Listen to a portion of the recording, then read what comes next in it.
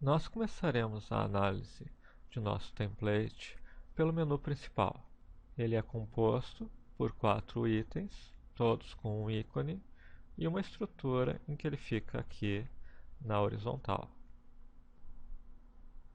Aqui podemos observar o código-fonte, onde deixamos apenas o menu. Ele é construído da mesma maneira que já vimos anteriormente, utilizando listas de elementos.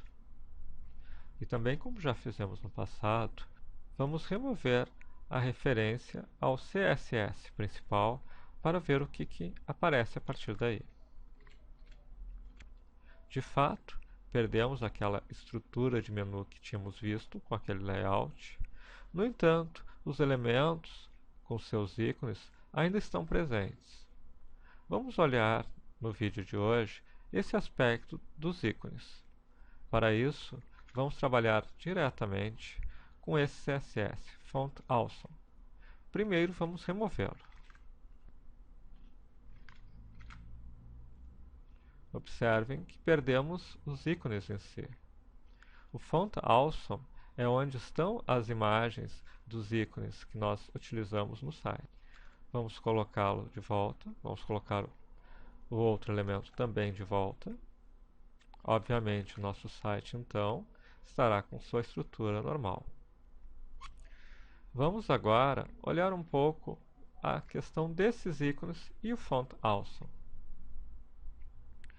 Quando olhamos em nosso arquivo, nós temos eles com esses elementos: icon user, icon file, icon briefcase. Se nós entrarmos no próprio Font Awesome, nós vemos aqui que nós estamos utilizando a versão 3.2.1 e temos as várias referências a diferentes ícones aqui. Poderíamos, por hipótese, escolher um outro desses elementos para colocar lá. Mas vamos aqui fazer uma rápida pesquisa na internet.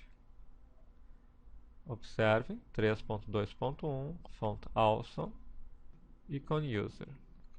Icon User Font Awesome versão 3.2.1.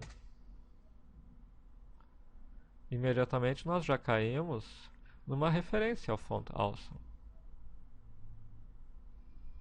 Então aqui, mesmo sem conhecer muito sobre qualquer template, quando você está utilizando ele, rapidamente pesquisando na internet você encontra referências ao que foi utilizado por quem desenvolveu aquele template.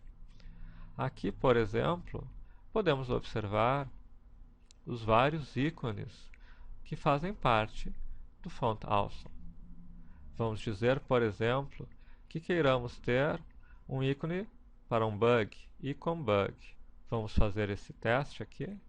Em vez de icon user, vamos utilizar icon bug. E nós temos agora uma outra imagem aqui. Por exemplo, vamos comentar todos esses ícones e colocar uma série de outros que estão no arquivo fonte que vocês têm disponível. O que nós temos? Outros ícones. Font Awesome tem uma série de ícones já prontos.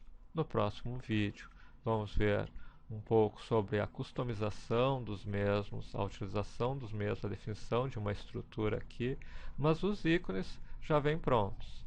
Este layout, com essa barra preta, com essa estrutura, como nós vimos, foi criada nesse próprio site. Mas os ícones em si pertencem à biblioteca. Então, isto é um dos grandes fatores que acelera muito a produção de site. É claro que muitas vezes você vai querer utilizar imagens próprias, layouts próprios ao construir um site. Mas quão útil é criar um ícone quando na verdade nós queremos que aquele ícone seja o mais comum, o mais familiar a quem está navegando no site. Que ele rapidamente entenda que aquele ícone é do Twitter, que aquele outro é do Facebook. Talvez não valha a pena, em muitas situações, criar um ícone do zero. É mais interessante utilizar os ícones que já estão prontos e que já claramente transmitem que aquele item é o Windows, que aquele outro item é o Linux, que aquele outro item é o Skype. E nós ganhamos muita produtividade, muito tempo, ao utilizar recursos já existentes.